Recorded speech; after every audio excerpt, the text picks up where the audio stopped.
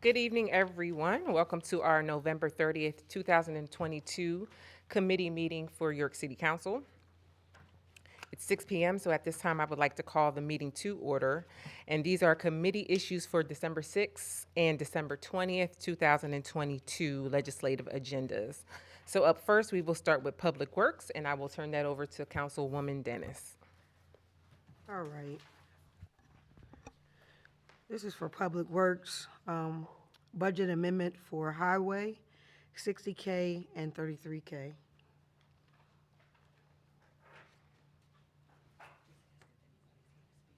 Is anyone here from Public Works to speak on that? I can speak on their behalf. Thank you. Essentially, this is just one of those end-of-the-year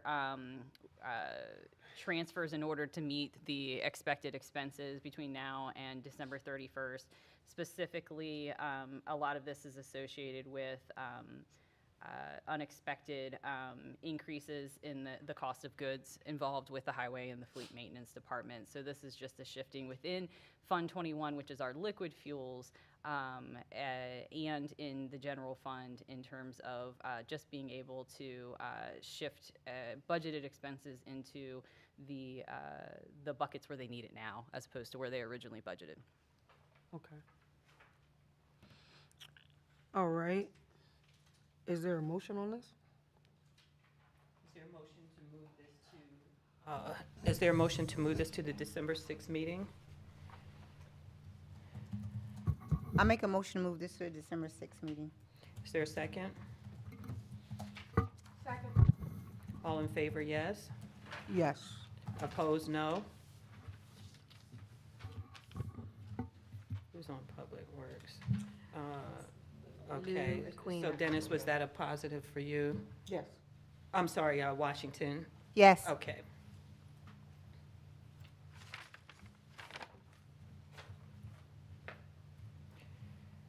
All right.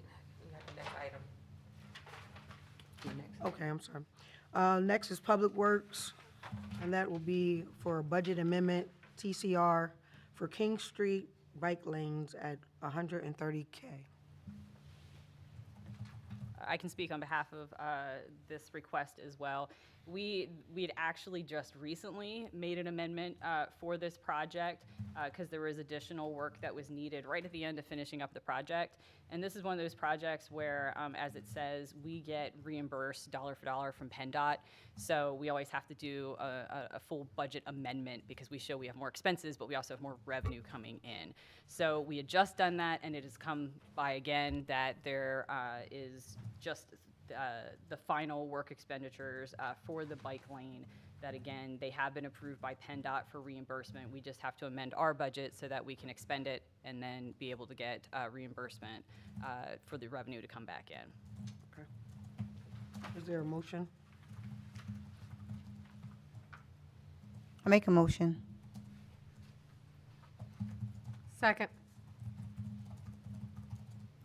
All in favor of placing this on the December 6th council agenda, say aye. Aye. Opposed, no.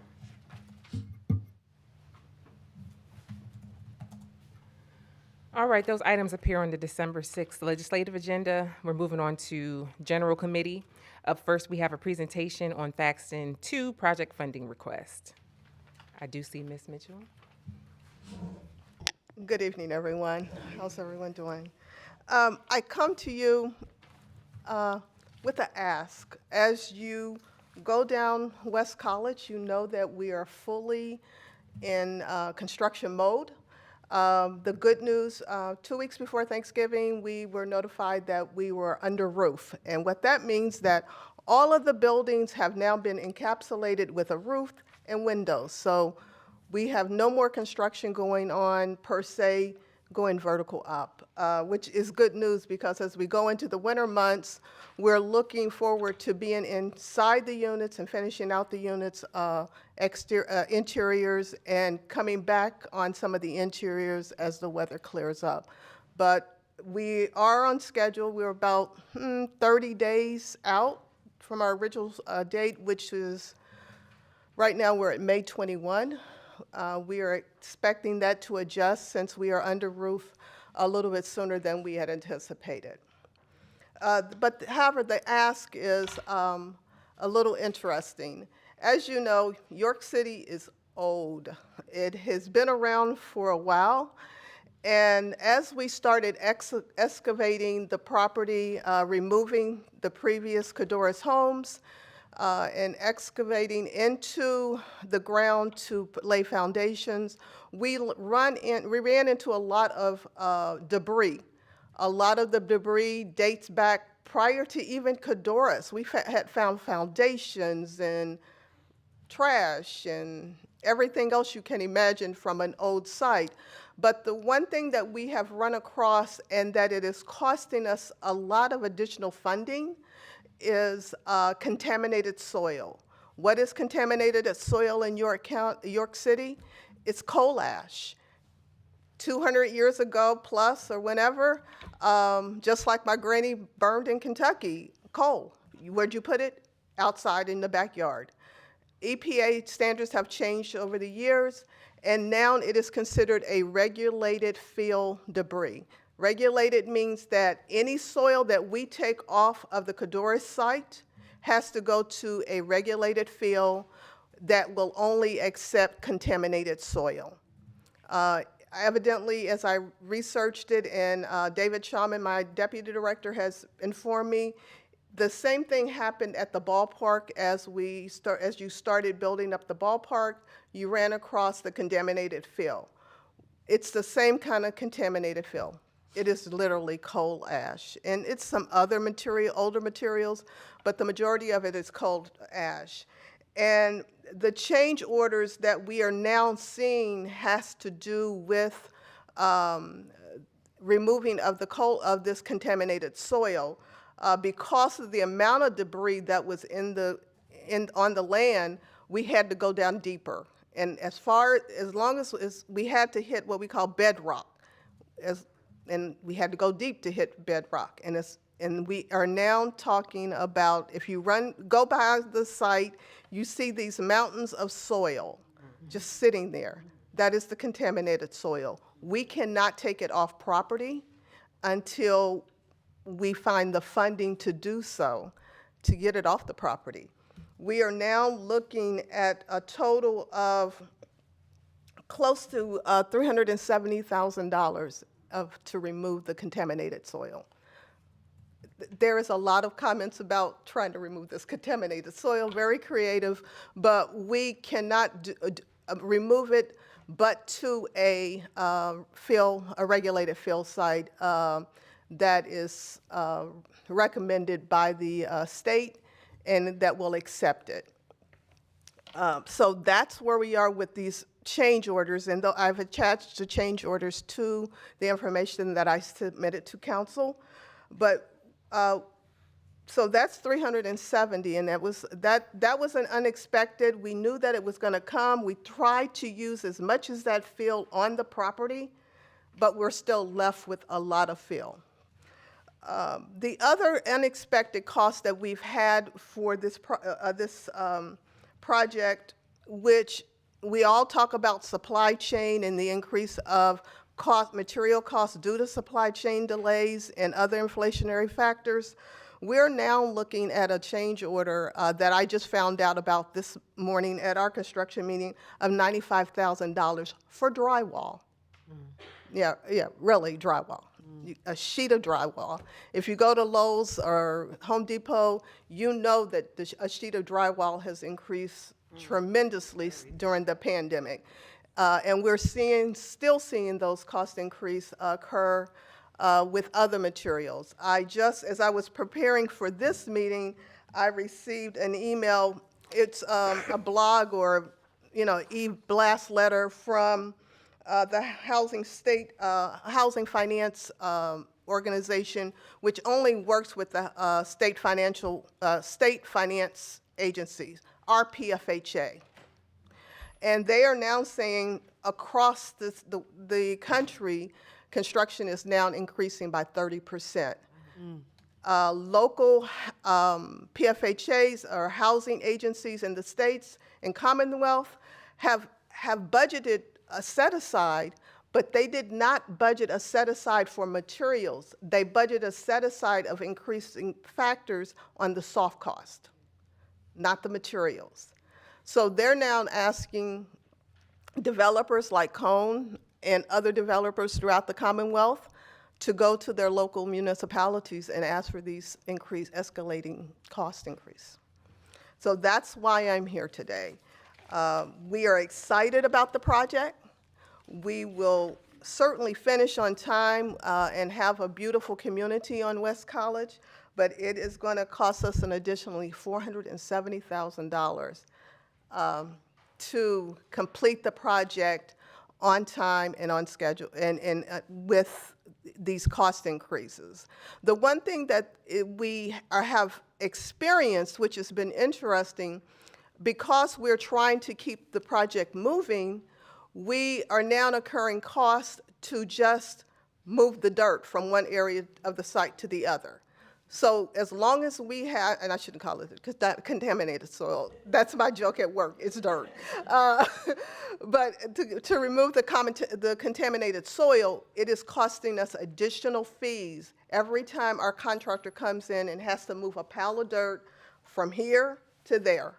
That's additional fees. Instead of moving it, putting it on a dump truck and taking it to the dump, we are now incurring costs just to move it so that we can start laying the infrastructure like sidewalks, parking lots, underground utilities. All of the utilities at Thaxton Phase 2 will be underground, so we had to move a pile of dirt for that. So those kind of costs are increasing the change orders, but it's just increasing the cost of the construction overall, the budget overall.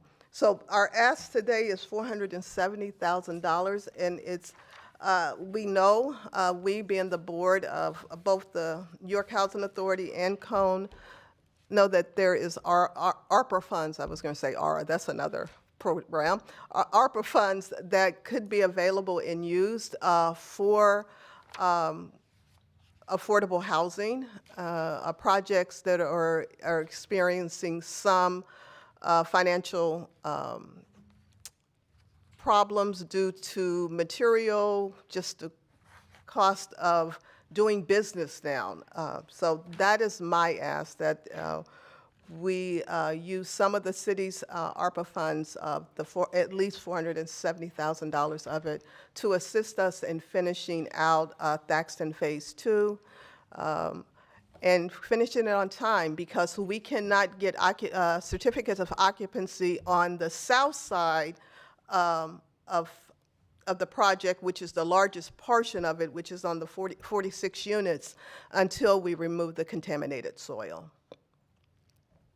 Any questions? So I was reading the documents that you forwarded. Thanks very much. You're welcome.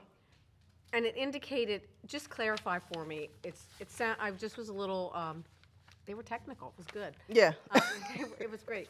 But, so there were samples done before, but this came a little bit deeper, and they had raised the ceiling. You're right. We had to, right? Did I yeah, read that we had to raise it a little bit, and we did the samples per the requirements of the environmental reviews. We had to do different phases of their environmental reviews, but you have to remember, when we do these core samples, they're here, there, and there.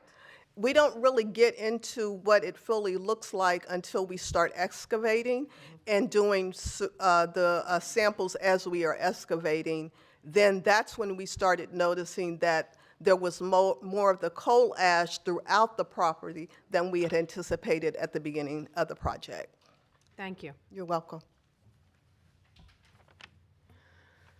Time frame, I know you said May 21st, you're projected to complete everything. Yes. So incurring the cost, what's the average cost to move the piles of contaminated We're looking at soil? $20,000 to $25,000 right now. And I just got that cost this morning because we need to move a pile to start laying out the sidewalks on the south side. So every time we move a pile of dirt, it's about $15,000 to $25,000, depending on the amount of soil that has to be moved. and that none of that soil can be taken off-site. So we're literally moving it from here to there and everywhere. And because we respect the city's property and the park that is adjacent to Thaxton Phase 2 now, we are not using any of that property. All of that is just like kind of putting it in different areas on the property of Thaxton Phase 2. The timeline to removal of the contaminated soil is sooner better than later, because we need to start moving installing infrastructure like sidewalks and adding our parking lots and doing our underlayments for our parking lots and curbing. So that is what Harkins, our builders, is telling us. But the latest we need to address this is probably the 1st of February. Because then we will be at a point where we will start requesting occupancy certificates for the south side. And the reason why I keep saying the south side, 2 buildings or 4 units are on the north side adjacent to Phase 1. So when you go down the street heading west, you'll see 4 brand-new townhouses. That's what we call the north side. It's just the 4 units. Then the 46 are what we consider on the old Cadorus site.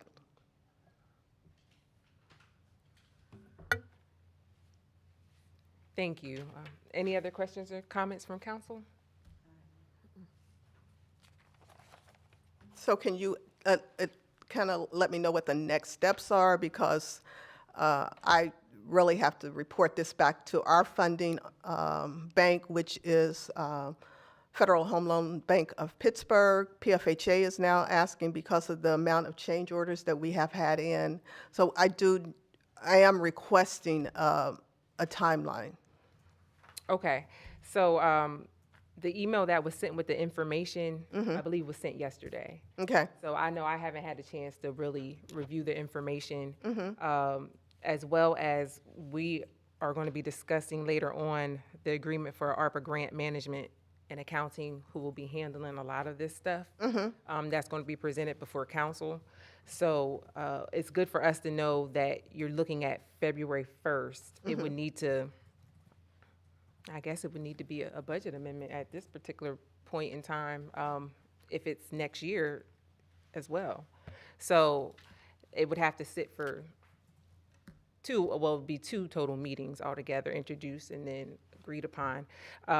So we can follow up with you in regards to maybe what might be the next steps. But at this point, it's to be determined. Okay.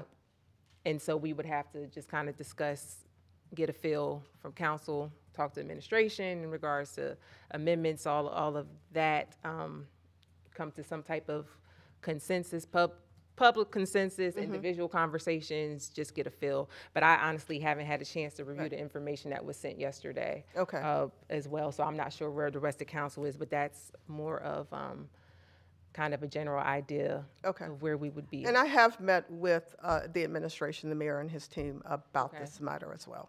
Okay. Did you have any administration, comment? Okay. No, it is an immediate need, and this project benefits all of us.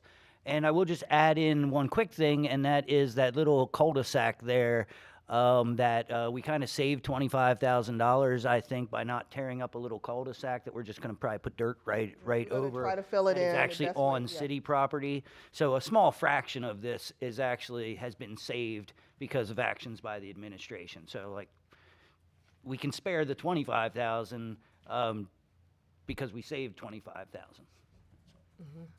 And just a reminder that several of the Cadorus families have chosen to come back to the property, which is exciting, which is what we said initially when we started this project and we presented the idea that it will truly benefit not just the community, but the community that had to be uprooted to improve the area. So I appreciate your time and I thank you very much. Thank you very much. And then we can, just conversation, just follow up. You can always, okay, Everyone knows how to reach me. we see you. Thank you. All right, moving on to our next item under general committee, 2023 council meeting dates. President Walker, that would be me. And that's pretty much what it is, the proposed meeting dates for 2023. I don't have the date for the May meeting just yet because the state hasn't issued their election calendar. So, you know, we never meet on the primary or the general election day. So I still have to get those dates in. So that's why I'm recommending that, that this wait until the December 20th meeting. Thank you. Is there a motion for this item to appear on our December 20th legislative meeting agenda? Before we do that, may I ask a question? It's just, we gotta move and second it. Okay. Is there a second? Second. Any questions or comments from council? I did. So is it possible that we could change this to a maybe, it'd be great, I feel, if we could get the budget hearing dates on the calendar before the budget's presented? Can we amend this? I mean, if we have time to do that, if we could include some budget hearing dates for, Well, the budget hearings are done by the administration, not by council. So these are only council's I got you. legislative I got you. meetings. Okay, Yeah. thank you, thank you. Yep. Any questions or comments from council? No. Okay, it has moved and seconded. All in favor, please say aye. Aye. Any opposed? That will appear on our 12/20 legislative agenda. Moving on to our next item for discussion, which is request for exoneration of municipal taxes for Church Iglesia Pentecostal / Open Door. Representation, Pastor Lincoln. Good evening. That is actually not the name of the church.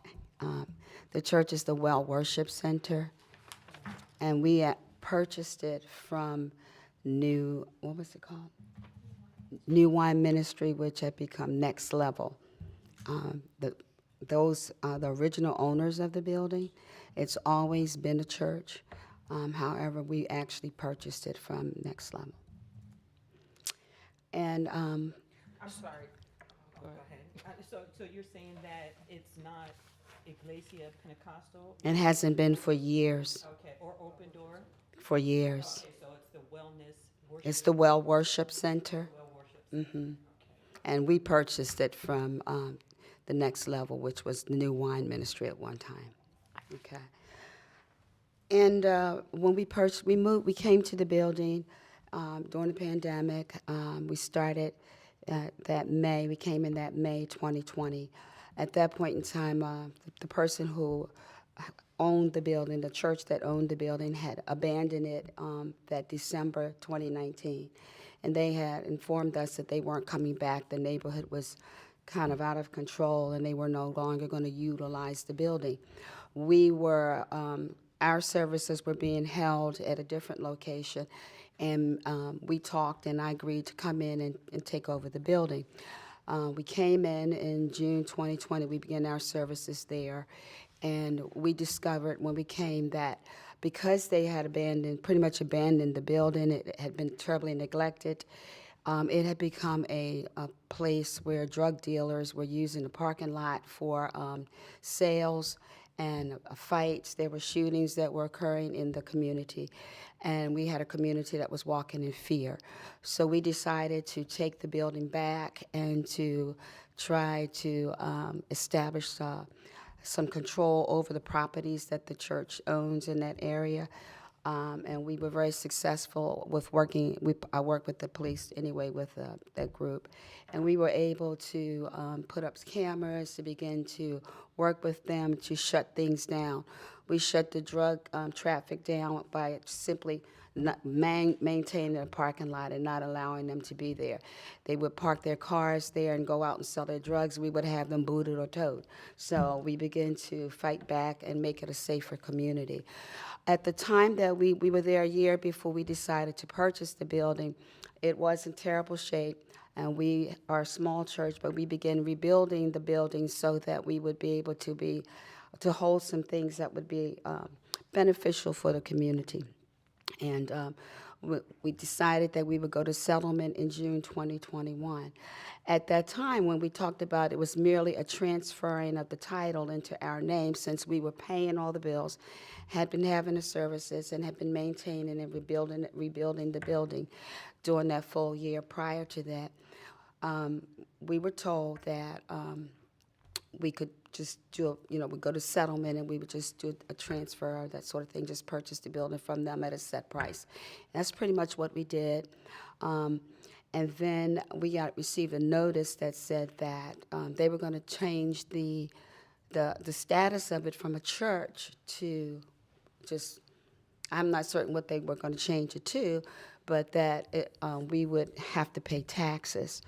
I then questioned at that time, this is right before we went to settlement, why are you changing the status when it's always been a church building since it was built originally? It is a church, and we are a church. We're merely just stepping into the same thing. At that point in time, we were told that it was a mere technicality, not to worry about it.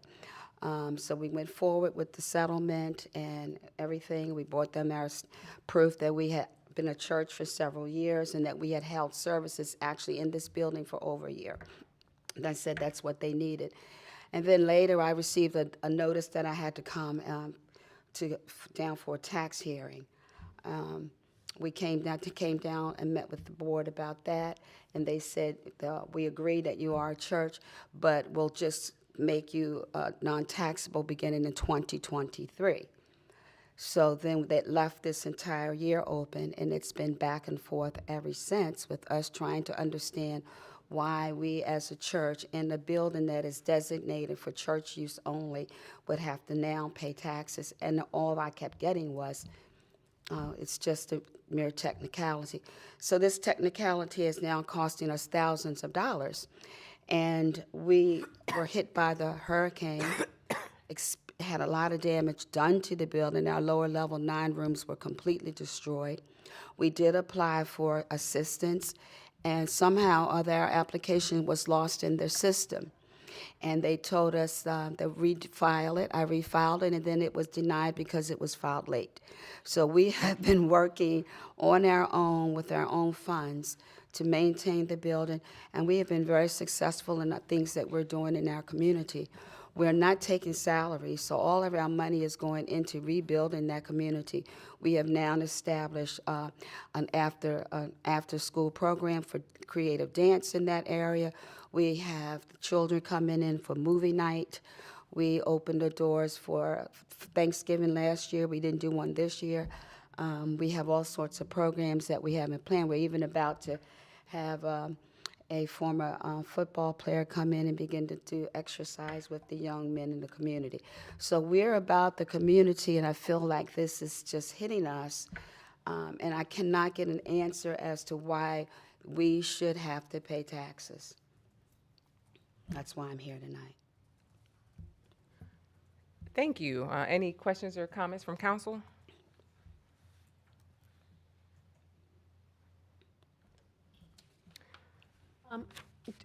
Do we have any indication, did you have professional guidance through the transaction, like with a realtor or? Yes, our bankers and the lawyers, yes, we did. And no one expected this.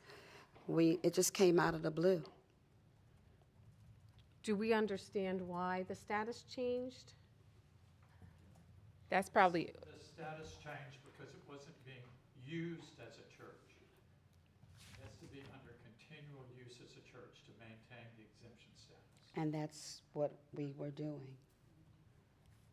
It was being used as a church. Right, but it wasn't, it was still under the old ownership. This is what I was told by the county assessment office. Okay. Well, when we bought the building, we bought it from them, and we continued to use it. We were using it while the whole year before we bought it. We were there in their building while we were paying for everything. And we continued to use, we continued to use it. So that was that was the position that I presented, because that's what that we changed the use, and I was said it's never been changed. My point is, we came in, we were there a whole year prior to settlement, and that didn't come up when we talked to, you know, in at the office, when we talked to the deed office about those things. When they called me about the deed, none of that came up until after we went to settlement. And we were like, but we're a church. It's still being used for the same purpose. And we're not understanding why it would have to change. Okay, hold on 1 second. Hold on 1 second. So, when I was taking the notes, I thought that you mentioned that there was a notice that was given before settlement that the status would be changed. Well, when I called them right before we went to settlement, the week before settlement, she called to ask how long we had been at the church.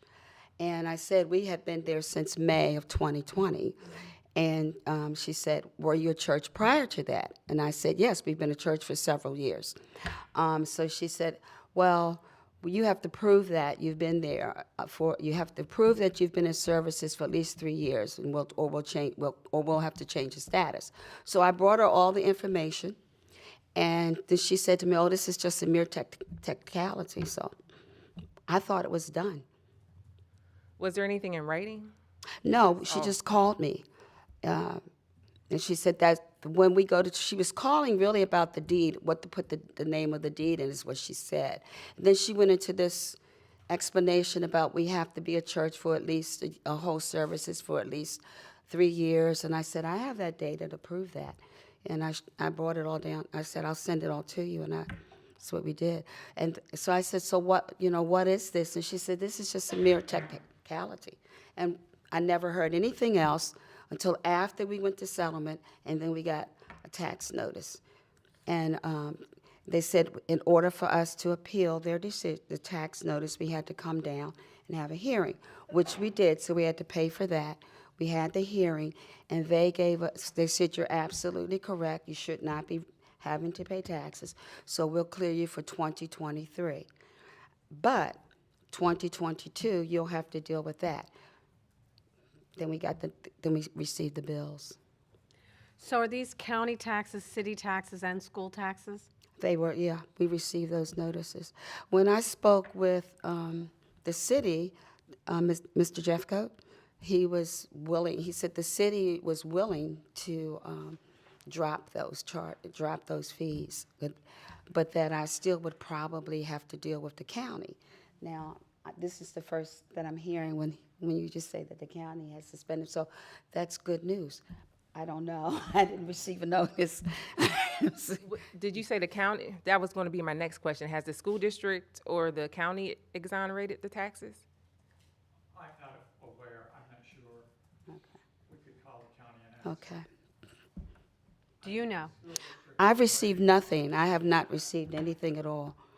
I just decided to appeal. So you haven't received any written notice of any, All I've received are the bills. just the bills, no written notice? Just phone call, correct? That's it.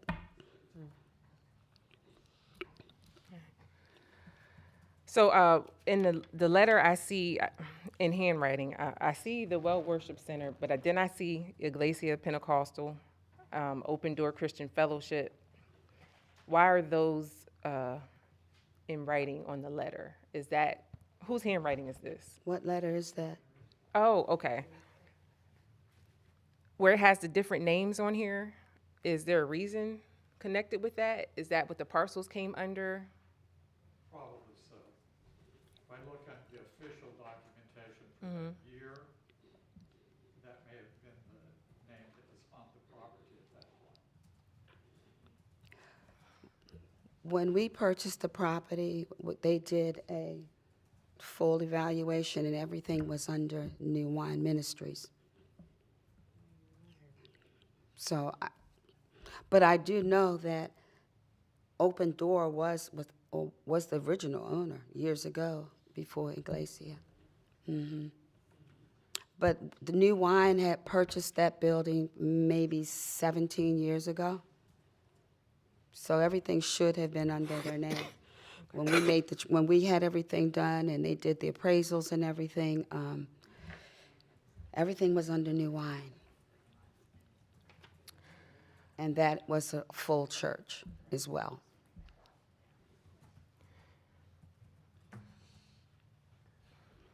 Because this is this has the opportunity to open up a can of worms for council. I need a bit more information, and so I know that Solicitor Sable was supposed to provide information relating to the purchase of the property in detail related to that. Has there been any update? I don't remember receiving any emails in regards to the purchase information for the property. Sorry, no. Okay.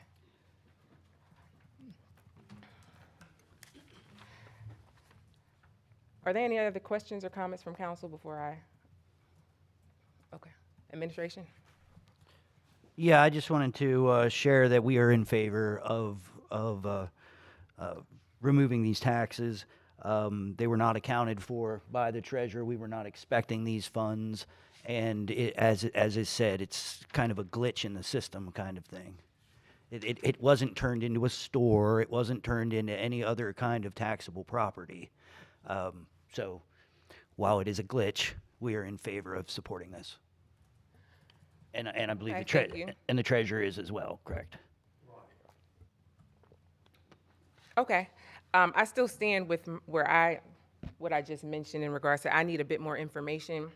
I would like to see the purchase information for the property from the solicitor's office. And then in addition to just getting clarity of who actually owned what and when, and the timeline for when properties were transferred, et cetera. There was a mention in the email about a lien on the property. Can you talk a bit about that? We don't have a lien on the property. When we did our research, there's absolutely nothing. It belonged to New Wine. Everything was clear. Well, I meant that time frame when it comes to the taxes. There was mention of some type of lien. Yes, there is a lien on the property because the taxes weren't paid for the previous year. So that lien is on file with this county assessment office. Oh, for the, We're trying to get rid of that. oh, okay. I see. For the one that haven't paid, right, I got you. Okay.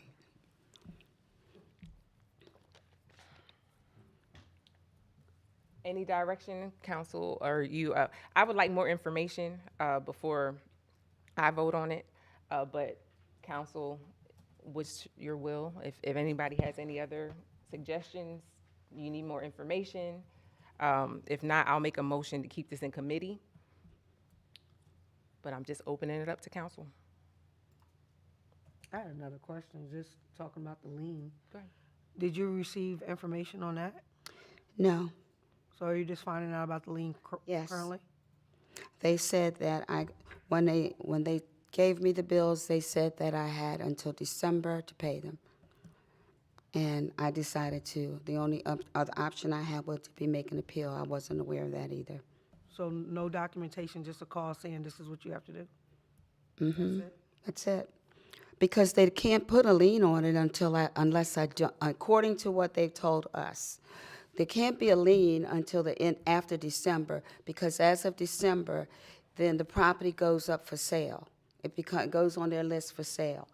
And so that's why I had to come and appeal before December, try to get on before December. That is all that they have told me. I'm not aware of a lien.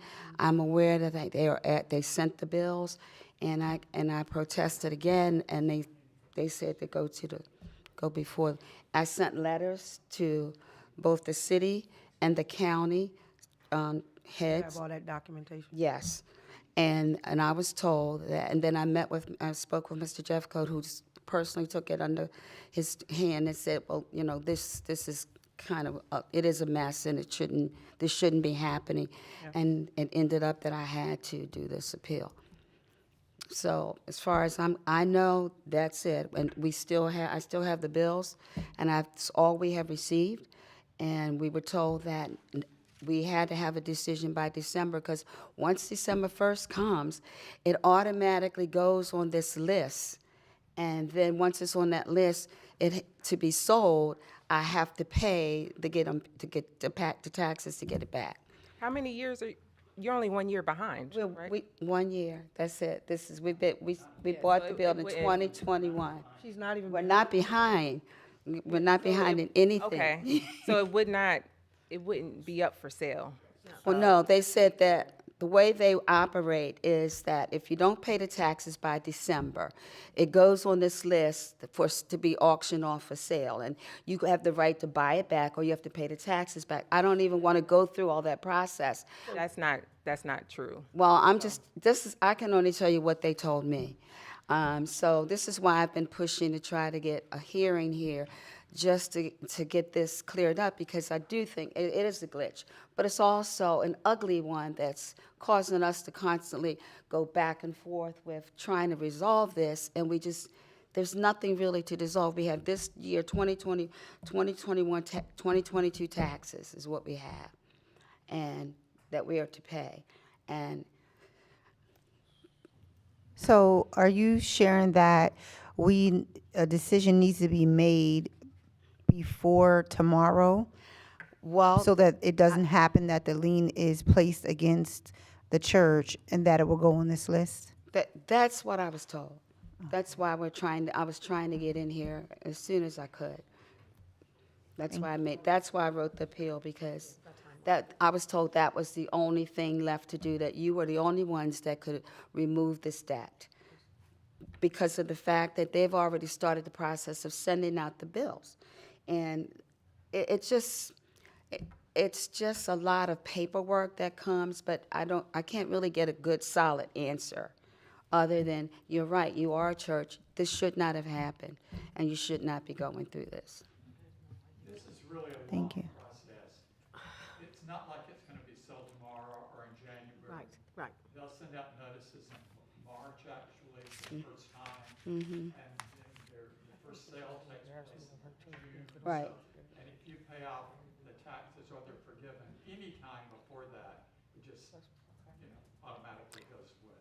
Oh, okay, that's not quite what they said. They said for me, they said once it goes in on December, I have to pay it in order to get it back. So, Your guys the administration pretty much is saying tonight that as of tomorrow, that's not even gonna go into effect. Is that correct? Well, I would defer to the treasurer, but yeah, from all my knowledge, since you asked me, I do want to say, Madam President, if you need more information, that's absolutely appropriate, but this is not something new to City Council. We've seen this before. I've voted on these exact same things, and it always happens in a time of property being sold from one to another. It's a glitch that is repeating. I'm Joe, I'm very much so aware of that. We did request the last time an exoneration happened for a church, and it was in 2014. I wasn't on council at that time. So I still stand with, I do need a bit more information. I would like to communicate with the county as well, the school district, just to make sure, because again, as long as we're on council, once we make a vote or we set a precedent, it opens it up for other entities to come to us. So we just got to make sure that we do execute due diligence. I know that the property actually opening up for or going being sold, it needed a decision by December 1st. I don't really know. I don't think anybody knows when it comes to that if that's actually the. not that it's going to be sold, but that it goes on a list. The embarrassment. And once it's on that list, the only way that they know to get it off is that you have to buy it back, you have to pay the taxes, once it's on that list, which is my whole purpose. We don't want to have to pay the taxes, since we don't feel that we should have to pay them. And- Yes, I do. Definitely, we understand that piece. That's the issue with that. I know that it would take them some time to sell it, because I've seen other people have to go through that same thing. If your house goes up, you have the right to get the money together and be the first one to pay the taxes and buy it back.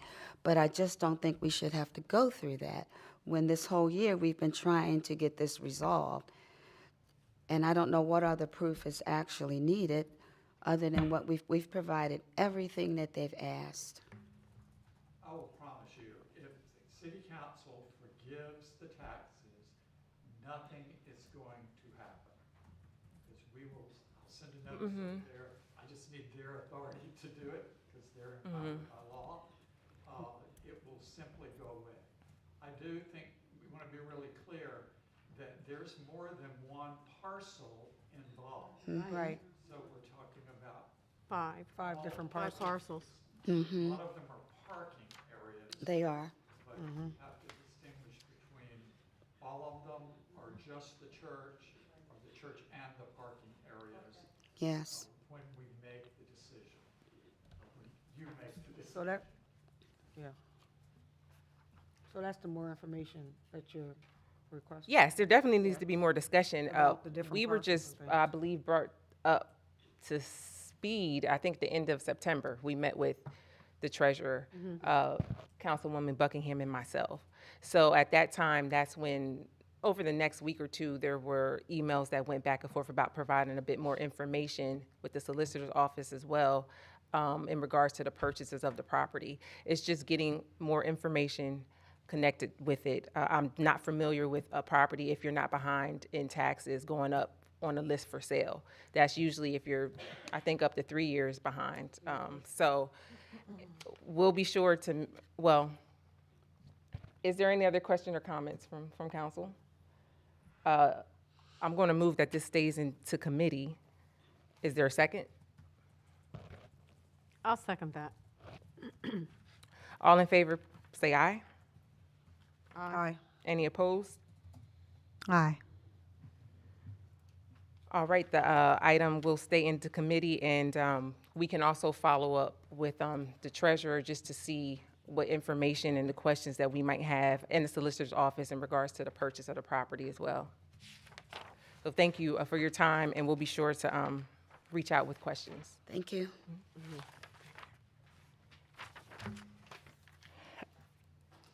Up next, we have exoneration of municipal taxes for New Covenant. And Pastor Cease is here. You don't. You don't. Good evening, Madam President and City Council. Very similar situation. Back in 2012, Maranatha Church and Abundant Life Ministries merged ministries. We occupied the building at 701 West King Street. We were the financiers for that project. One of my projects has been to separate the church from the expenses of other things that were happening. We had several things going on at the Abundant Life Ministries where the after-school program was going on. We had the Catalasso Medical Center, and it was a nonprofit organization.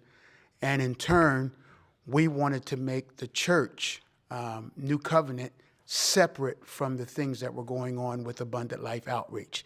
Maranatha was a nonprofit, Abundant Life was a nonprofit, and in turn, we got to a financial position where New Covenant was now in a position where they could carry the mortgage on their own.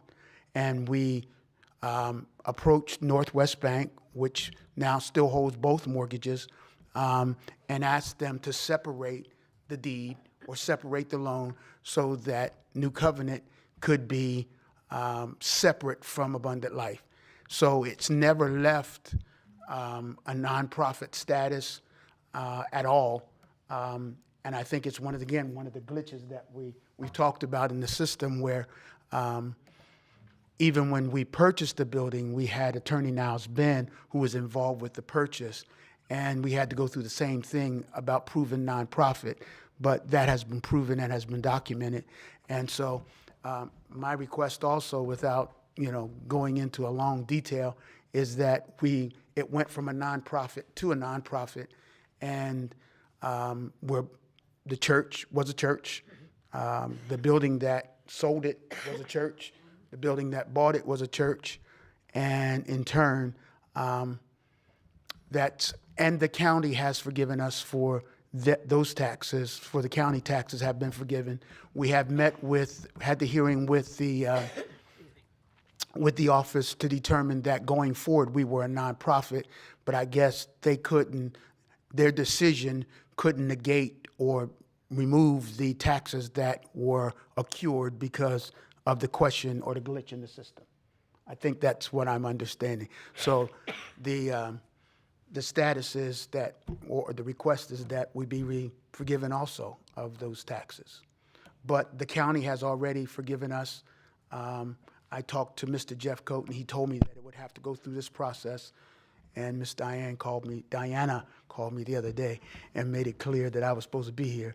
And so here I am.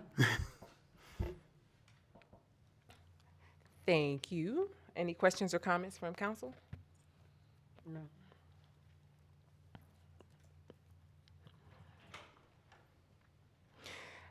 I believe, well, in the same email, it's the same request in regards to the solicitor's office and providing more information for the purchase. So it was connected to both of those properties for us. So I know because of my connection, Yes. I'm going to abstain. But I leave this to council. Any questions or comments in regards to it? And if not, if there's a motion. Motion. Is there a second? Second. All in favor, say aye. Aye. Aye. Aye. Any opposed? And I'm abstaining. So this item will appear on the December, let me make sure I have it. December 6th? Okay. December 6th legislative agenda. Is that a request for me to be back here December 6th? Okay. You can. If there's a, See your face, Be nice. but you don't have to come. We bring dinner? Oh, I'm just kidding. Sure. Stay home. Don't trouble yourself.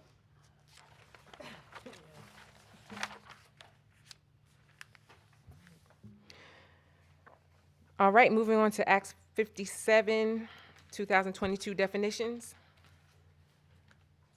So, the local tax collection law was signed by Governor Wolf on July 11th, 2022, takes effect on October 10th, 2022. And this Act 57 from the Commonwealth requires taxing districts that impose taxes on assessed value of real property to adopt a resolution or ordinance within 90 days of the effective date of the act, or not later than January 9th, 2023, directing tax collector to waive additional charges for real estate taxes in certain situations. And I just might clarify that this has to do with people who, I think, who are not receiving, claim to not receive their tax bills. The additional charges refer to interest or late fees, et cetera, and to and there's a process that Act 57 institutes for the waiver of the additional charges. The owners must fill out a waiver and submit it before that's done. Am I missing anything in my consensus? Mr. Jeffcoat? I'm sorry. Getting over a cold and I was coughing. I thought best to cover up. I think, does that cover it? Does that cover? Did you have anything that you wanted to do in regards to explaining this? No, I think the proposal that I sent you tells you everything you have to do, steps, Right. 1 to 4. Yep. To qualify, state law, it's sort of straightforward. We need to pass this because this is different from the rules and regulations that the Treasurer's Office is empowered to implement at the moment. So this is a change saying, even though it's after the deadline date or any of the collection periods, whether it be discount base or penalty, that all of those fines have to be forgiven if this should happen. This will be major for us. We could have, 800 or 900 people that claim they don't get their tax bills, but because they get returned to us. So I'm sure this will keep us very busy once people find out that they can do that. We will do what we can to counteract that. And we do already take those. We have a new address change, or the county has a new address change. We do send those back out. Hopefully they will get those taxes on time. So this is a big change for us. The old law says if you don't get your tax bill, you're still responsible for paying it on time. That's been sticking around with us since 1947. So this is a big change. So these are only for properties, though, that have had a change of ownership. When it calls me, and she's still living in the same house she is now, I'm going to say, I'm so sorry, but you knew when your taxes were due. They're always due these 2 days. Thank you. Any questions or comments from council? No. Is there a motion for this to appear on the December 6th legislative agenda? So moved. Is there a second? Second. All in favor, please say aye. Aye. Any opposed? That item will appear on our next legislative meeting. Moving on to Rules and Administrative Code. We have discussion on amending Article 101. Treasurer, turn it over to you. Currently, in the city codes and ordinances, it refers to properties. This has caused some real confusion with people, like, what is a property? It's not defined. And all of our tax regulations are based on the parcel number, which is very clearly defines where it is on the map, and what it says on the deed. They sort of are one backing up the other. We just want some clarity on this. One of the real time-consuming things is keeping up with all the LLCs and LPs, limited partnerships, limited liability companies, that come to us with that name and an address and nothing else, no phone number, no nothing. So we're asking that when we send out a notice to those companies with their taxes, that we will request that they please give us a name, a phone number, a email address, some kind of contact information. So if something comes up, we have a way to communicate with them. This is the legal responsibility for those are with the general partners and managing partners, depending on which is applicable to that particular situation. So this is just for clarity and to provide some background information and materials so we can actually communicate with the property owner. Thank you. Any questions or comments from council? No. Is there a motion to approve this item to appear on December 6th legislative meeting agenda? Motion. Is there a second? Second. All in favor, please say aye. Aye. Any opposed? That item will appear on our next legislative meeting agenda. Article 127 is pulled, correct? Correct. All right. We'll move on to police. So I will turn that over to Vice President Washington. Thank you. We have up for discussion the Shot Spotter Funding and Drone Program. Is there anyone here from the York City Police Department or representing them to speak on behalf? We can speak on behalf. What is it that you would, oh, I'm sorry.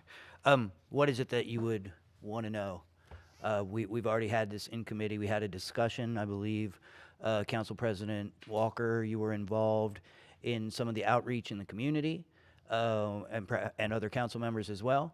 And I also was out in the community and getting responses on these programs. Overwhelming positive response, around 70 to 80% positive support for these two programs. And I think it's just coming back to you. I think council's just bringing it back off the table. Who requested for it to be on the agenda? I thought you had. Then I guess it was. No. Then I guess it was the. Oh, okay. Then on behalf of the police commissioner, yes, and he's out of the country right now. I was unaware of that. Well, Okay. I thought you had had discussion. Okay. no, there was no discussion had, and there's not any further information unless Yeah, actually. in the packet. There's not even any further Captain Bennett information. reached out to me today and asked why it was on the agenda because discussion was to add it to the 2023 budget as introducing it back in for consideration. And that is included as part of the amendments to the original proposal. So he was a little confused too because he thought I put it on. So I'm not quite sure. I'm not sure where it came from. I got an email, I'll have to look through it, but I thought that weren't you in that, or something, that he sent an email and said, what do we need to do to get this back on the agenda? And so I said, well, we need to go to committee first, and so I said we can put it on the upcoming Yes. committee agenda. Yes. And he was like, okay, so nobody said anything about, Not needing it. yeah, so. So we don't have any information, like the cost, we don't have anything. Yeah, I mean, I have, essentially, I can tell you what was added for consideration for the 2023 budget. It was minimal cost in terms of, bring it up, I had it right at the top, because he asked me today, he was like, why is this on there? And I'm like, I don't know. Check real quick. There we go. Because Captain Akey provided me the details to add it to the budget. Now, this was, to remind everybody, these costs were initially included as the proposal for the FY22 budget as part of the proposed ARPA. And it was two different cost centers.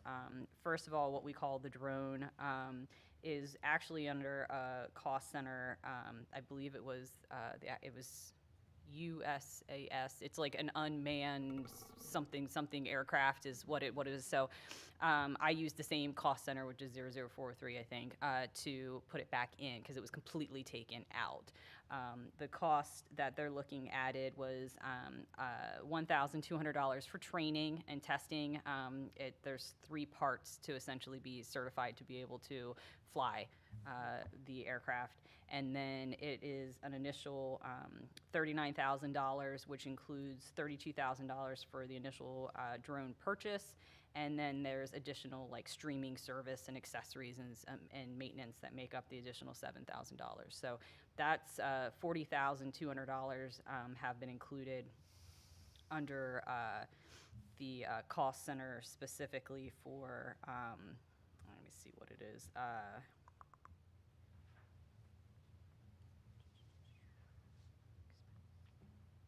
You said this is for the 2023 budget, right? Correct. Okay. Just to give you a preview of what's included in there. It is it's ARPA SUAS program, so it's cost center 00403.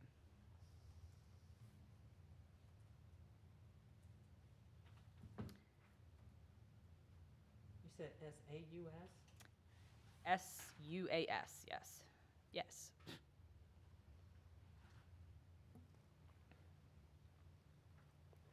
And then the shot spotter, that was originally combined in the request for 22 with the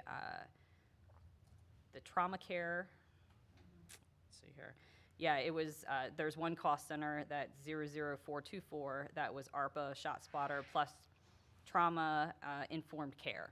So it was decided that we had kept the expenses that was listed for the trauma care when the amendment was added back in March, I think.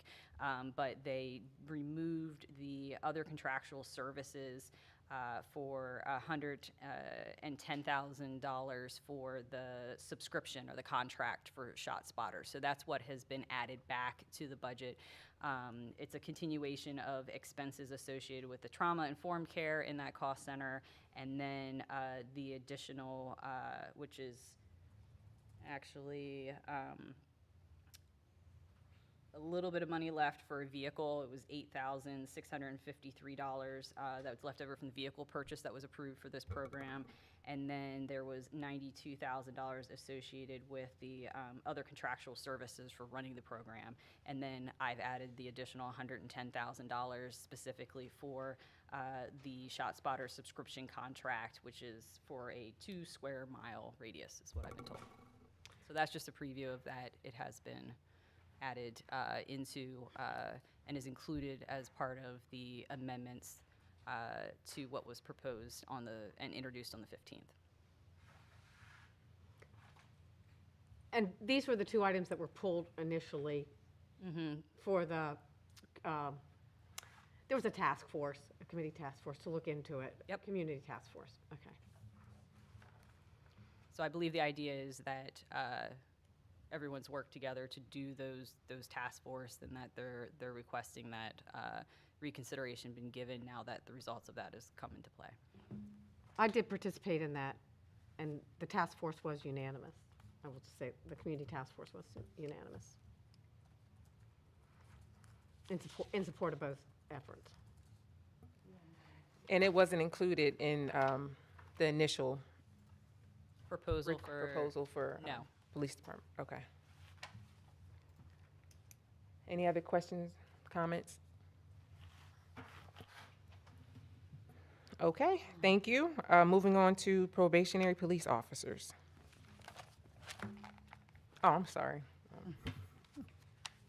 What she said, right? This request on behalf of the police department, funneled through, of course, Human Resources, is a request to appoint, sorry, let me get back to get off of one spreadsheet to the other. So this is a request to appoint a total of 13 probationary police officers. And they would start, I believe it's January 3rd of 2023. This is a combination of vacancies that are part of the currently approved count of police officers as part of the 22 budget. And this also represents the 2 officers that we've received funding through the COPS hiring grant that we're looking to fill. And then there is the request that was included originally in the 23 budget proposal for 4 officers to be added using ARPA funds. And then the amendment that I sent out today was another 4, so a total of 8 officers with ARPA funds. And that count of officers, just to share, having the opportunity, it was well thought out between administration and myself, and I put up a fight. But I was concerned with this being the idea behind funding additional officers with the federal ARPA funds is to give us kind of an influx of officers that can immediately address the issues that we are having, and not to permanently keep them, because obviously the ARPA funds are not permanent, but that we would have this immediate influx to need them while we have the funding, and that we specifically chose the 8 knowing that we have a number of officers who are currently in the deferred retirement option plan that's through the pension fund, so we know they're only going to be here for no more than 3 years, and then they're out. And then also just the average turnover that they have that happens every year, just from either early retirements and or just resignations that some officers decide to move on to other departments or other careers. So we took all that into consideration, because the goal is, of course, to not have to end up laying anybody off at the end of the ARPA funds. And we want to essentially have an influx, and then every vacancy that comes up, we will take into consideration again, that is this a vacancy that can be filled in terms of the other positions that we have in the other funding through the general fund or the COPS hiring grant, or is this something that we are putting in place again with the ARPA funds? And we're just going to reconsider that every time, so that we do not put ourselves in a position that eventually we're going to start with the 8, and then even by the end of 2023, we may only have 7 associated with that. And slowly we will dwindle off and wean ourselves off of these officers that are being paid through the ARPA funds and just not backfill them, so that we don't get to a point that we're trying to keep these 8 officers in place for through 2025, and then, of course, in 2026, not have a budget or have to use general fund to keep them in place. The goal is to do an immediate influx and then wean ourselves off of them and just get the benefits of having a pumped up force in order to address all of the issues and the initiatives that Commissioner Muldrow has for the department. So, this resolution, we do process-wise, we explained before, but we do need approval from council in order to continue with the hiring process for police officers. We cannot give them an offer letter until this is approved at a council meeting. And then at that point, we literally have a time frame of giving them the offer letter and them accepting it. And then at that point, we're allowed to follow up with the required medical physical examinations and psychological examinations that are required as part of our civil service process. So we are a bit on a timeline in terms of being able to get these officers approved by you and through the process so that they can start the academy that second week of January. So I know it's kind of parallel in terms of approving the budget when the funds are included for the additional officers, and then also approving this so that we can meet our deadlines and requirements to get these guys on board. Otherwise, we have to wait until the next academy is June in order to bring on additional officers. So the request is to have this on the December 6th legislative meeting for approval so that, like I said, we'd have a little less than a month, including the holidays then, in order to meet all the requirements for civil service to get them, and the requirements of MOPEC and the academy to get them all set to go. What is the number of officers that we have for deferred retirement? What was that? We currently have, I believe it was 6 officers that are currently enrolled and scheduled to leave anytime between tomorrow and 2024. Okay. And officers are able to join the deferred retirement plan once they meet the requirement for superannuation of their pension plans. So in general, it's age 50 and 20 and a half years of service. Some officers hired at a later date, now it's 52, but they can, at that point, join, and essentially what they're saying is that they're retiring for the purpose of pension and health insurance, but they're still actively employed. So they no longer contribute to the pension plan. They do, because of the contract with the FOP, there's a higher premium for retiree health insurance. They have to start paying that. But they don't actually get the pension yet. What part of the process is that we hold the pension for them with an interest rate of compound 3%, so that once they decide to leave the drop program, which is no later than 3 years, but anytime in between, then that money is available to them to transfer into a qualified retirement plan. So it's kind of like they're collecting their pension, but they don't have it available to them yet. The benefit to the city is that we can essentially plan for the turnover, as opposed to them just being like, I'm retiring this day. Okay, well, now we can kind of plan and make arrangements in order to have people ready when they end up leaving, and that we have less time where we've got less boots on the ground because of retirements. Thank you. And are the four officers that you want to hire through the ARPA funds, are those 4 officers included in the 13 listed here? Yes, it's a total of 8.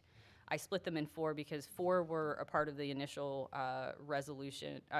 ordinance that was introduced by council for the 2023 budget on the 15th. And then a list of amendments for consideration for approval prior to approving the budget was submitted today. So an additional 4 has been added in that and is included as part of that.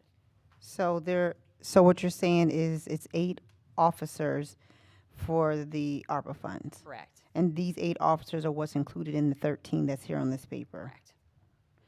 And so, am I correct that what you're asking for us is to approve for this to go on the December 6th agenda prior to us voting on the budget for officers that are included in this representative of the budget?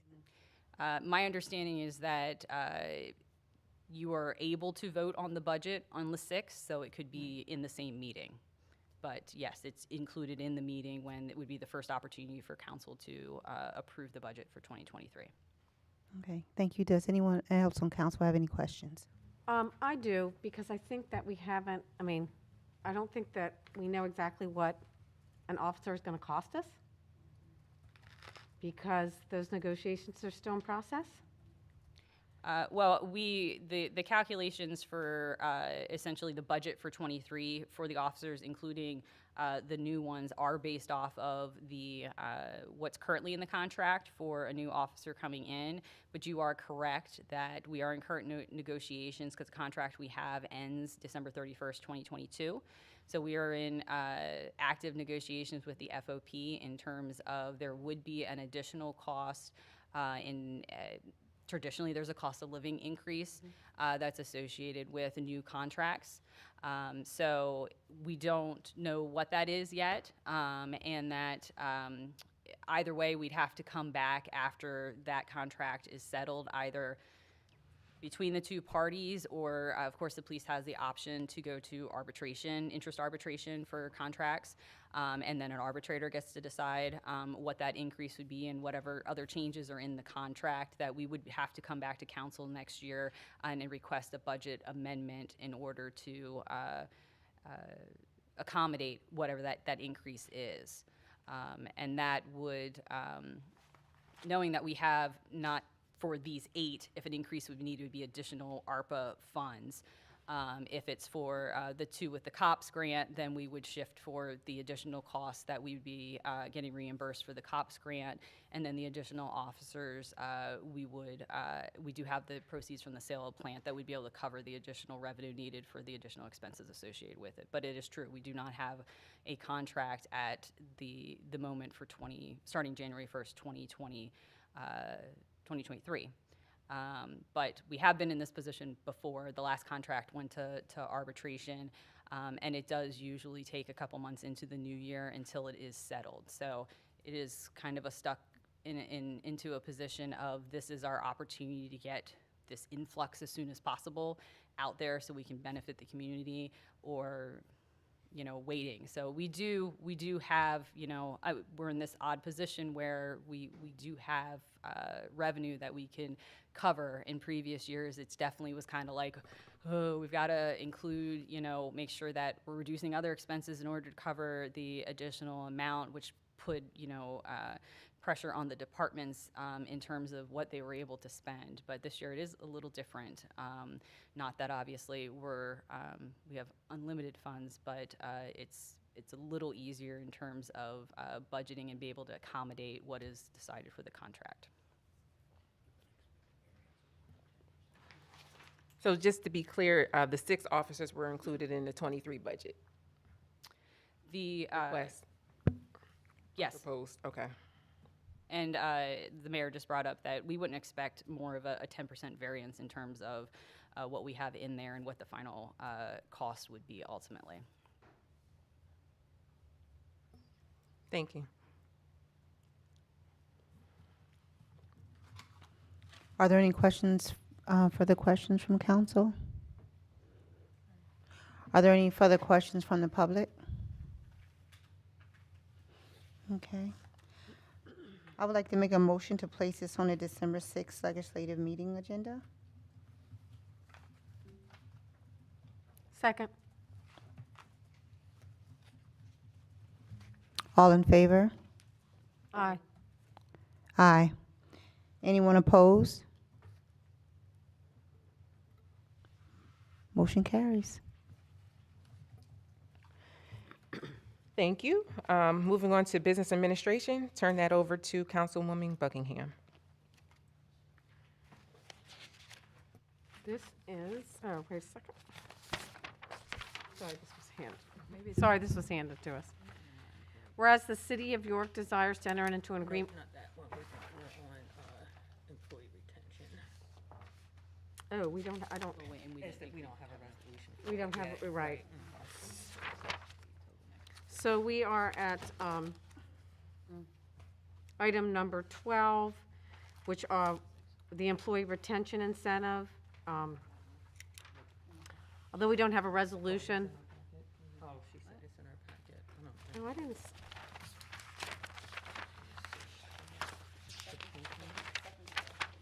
Oh, second to last page.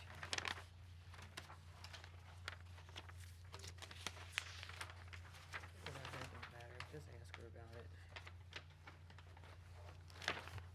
Kim, can you explain?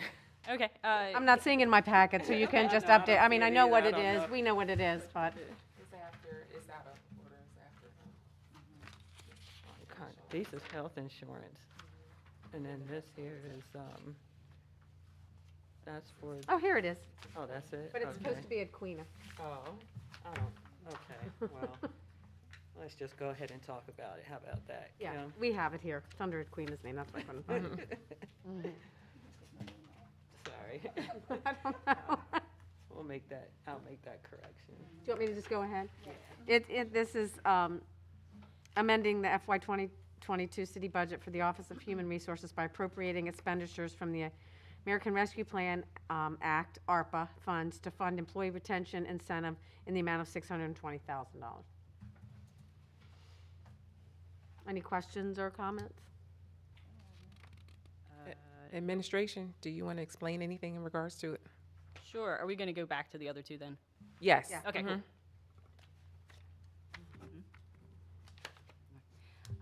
This is a request that has been popular this year between council and administration and employees, obviously. It's been known and it has been confirmed that ARPA funds can be used for employee retention. And there's several factors within the ARPA requirements that this would check off in terms of workforce planning and employee retention. So we are requesting that $620,000 of ARPA funds be dedicated to this program, and it will consist of essentially a bonus that would go to all City of York employees. I believe I have in here that are, except for elected officials, I have that in here, that are actively employed on the date that the ordinance is introduced. So we are looking for December 6th for this. All full-time employees would receive the maximum gross amount is $1,750. All full-time employees will receive that. Part-time employees would receive a prorated gross amount based on the standard hours per year their position was budgeted for in 2022. And that would have been part of the initial budget in my workforce plan, so I have that established. Kim, can you repeat back and say that from when you say the full-time employees and then the Sure. part-time after that? The maximum incentive that would be paid out is $1,750, and that would be all full-time employees who are actively employed on the date that this budget amendment is introduced would be eligible for that. And then part-time employees who are actively employed at that point would be eligible for a prorated gross amount based on the standard hours per year their position was budgeted for in 2022. Diane, if you have to reference, that's part of the ordinance. Okay, thank you. So the request is for this to be included as an introduction on the December 6th legislative meeting with hopefully an approval on the 20th meeting, and that would give us enough time to include this amount in the employees' December 30th paychecks. Is there any other discussion?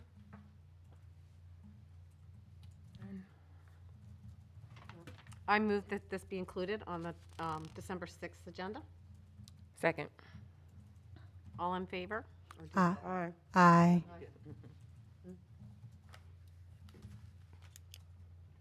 Any opposed?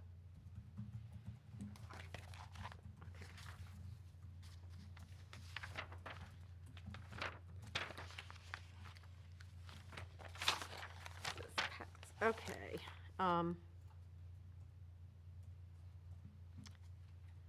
Next, we have the agreement with the city school district for crossing guards.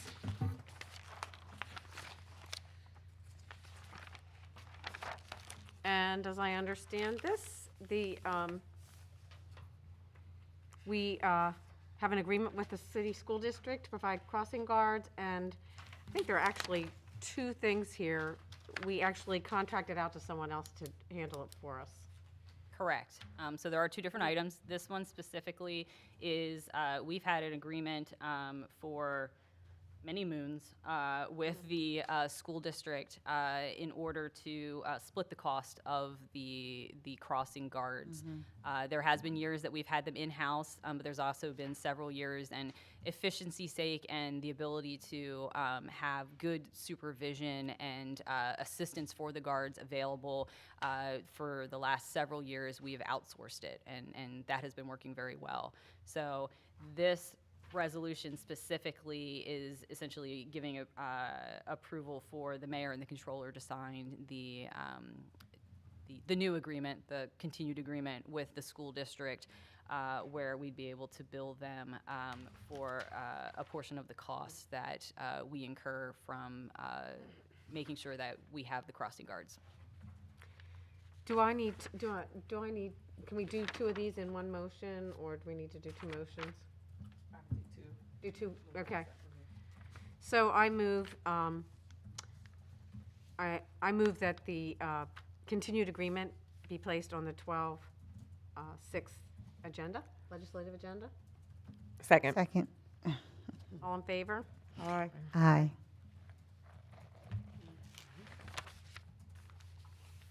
And then I move that signing this to a third party to administer for us also be placed on the 12/6 agenda. Second. Any questions or comments? No. All in favor? Aye. Any opposed? Okay.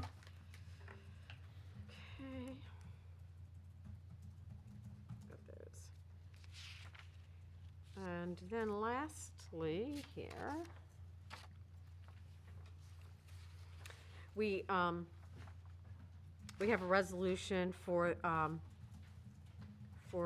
the ARPA Grant Management Accounting and Compliance Services to be contracted out. I don't know if anybody needs any background on that, but Business Administration and I was actually, as liaison, was included in the interviews for applicants to manage our ARPA funds for us, which was very good. So whereas the City of York desires to enter an agreement with Answer Advisory Consulting LLC for consulting services related to the American Rescue Plan grant requirements, accounting, and compliance services. So, do we have any questions or comments? Did you want to share anything? in regards to the Yeah, I process? just wanted to say that obviously, we've gotten this far in the process, as Councilwoman Buckingham said, and it was agreed upon by the selection committee, which was made of members of the mayor's administration and Councilwoman Buckingham as council liaison, that Answer was the best choice for us.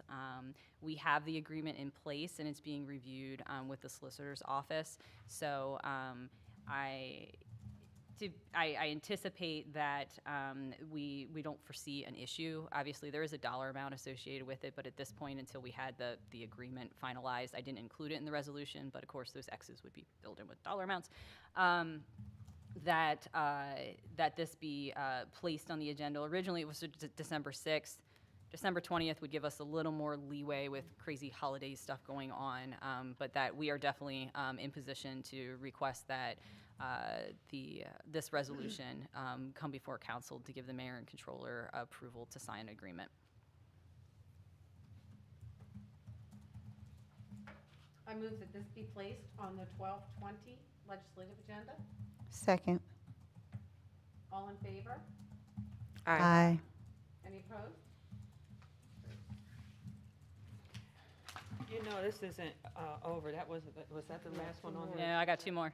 That was, I'm sorry, the MMO is Yeah. included in the packet, but I missed it on your agenda Okay. cover sheet, so that's. Okay.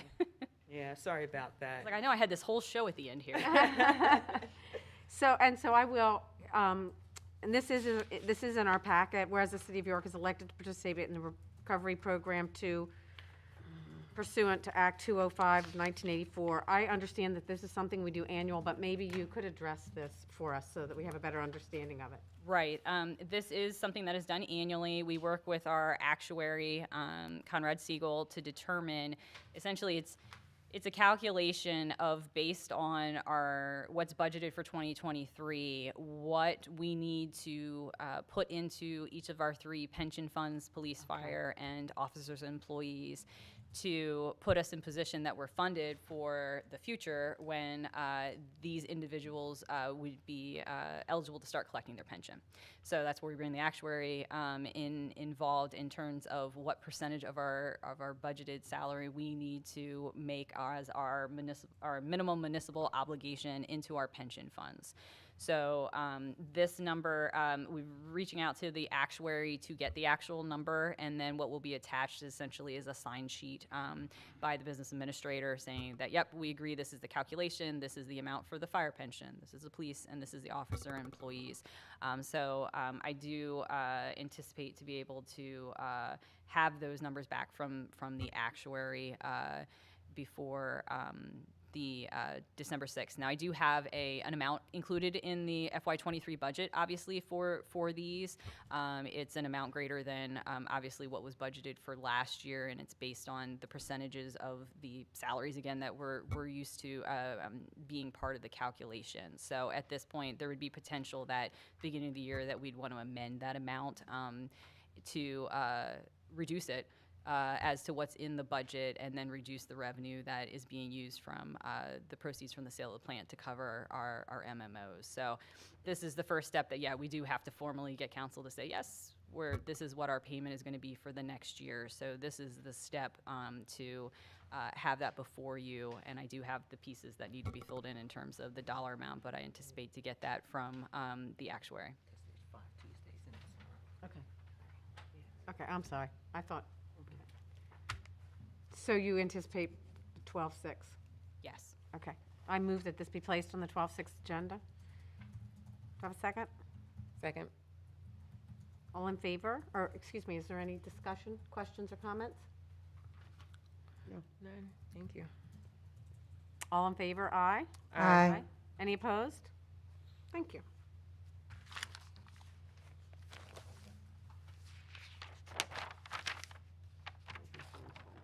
Contracts for health insurance. Oh, good Lord. Oh, there's another page? Yeah. Yep, one more. Last one, I believe. And lastly, be it resolved by the Council, City of York, the council hereby approves the following contracts for health insurance services. And they are listed there in your packets. Again, I'm assuming this is an annual step that we take. I move that this be placed on the agenda, December 6th agenda. Are there? Second. We have a second. Are there any comments or questions? Do you need to explain anything? No, this is, these are brought before council because of the dollar amounts associated with them are going to exceed the limit, or essentially the cap needed for council approval before the mayor and the controller can sign off on the agreements for next year's expenses. And just, I won't go too far in because we're ready to go, but these are associated with the administrative fees since we are self-insured for these plans. That's why it's directly with Capital Blue Cross and our pharmacy benefit manager. We are looking to change our broker. Went out for bid for us and did determine that we were with RX Benefits, that moving to TrueRx and combining this prescription consulting company of EPLS is actually going to saved us money this year. So we're excited about that. And Pareto Underwriting is who provides us with our stop-loss insurance, because again, we're self-insured, so we need to have insurance that if claims get over a certain threshold, we have an insurance policy that'll pay us back. So that's that one, and then our vision benefit plans just came up for renewal, so we need to sign off on those so that we got that taken care of for next year as well. Can you just send that information to us to review? Was it attached? Yes. It was? Okay. Yeah, when I click on the little snazzy link that Diana has via online, it does take me to the attachment. Otherwise, I know Diana has them. Oh, so if we look at it online, it's I don't know. I'll see it. Yeah, I didn't recall I it. don't know what I was thinking with this agenda. I'm glad everything was in the packet, because the cover sheet is a mess. Yeah, I'll go through my email. I didn't remember seeing the attachment, but I could have missed it for the link. Yeah, I just, Okay. it's, you click on to her list of items for discussion, and it opens up my resolution, and then off of that, you can click into it. So yep, they're there for review. and this is ready for the 12/6 agenda as well. Correct. So I move this be placed on the 12/6 agenda. Have a second? Second. All in favor? Aye. Any opposed? Thank you. Any council comment? Can I say something about this? Sure. Okay. Yes, I do have a comment to our students from York Academy Charter School for sending out and giving us these beautiful letters. So I wanted to give them a special shout out for taking time to write letters to council. Thank you. Any other council comment? They're adorable. Administration comment? Yes, thank you. I want to echo Councilwoman Dennis's comments. We had quite a nice visit and a big stack of letters. So kids, it might take a little while to get back to you on all these letters because we got a big stack. But we're thinking about you and working on it. And also, I hope everybody can join us on Friday for Light Up Night. And thank you. I'm sorry I didn't bring their names, but the kind folks that provided us with with this year's Christmas tree.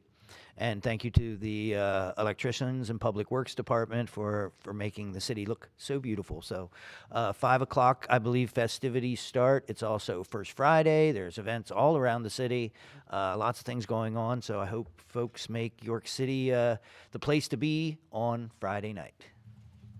And thank you, Council, for all your work tonight. Thank you. Our next committee meeting, January 25th, 2023 in council chambers. This meeting is adjourned.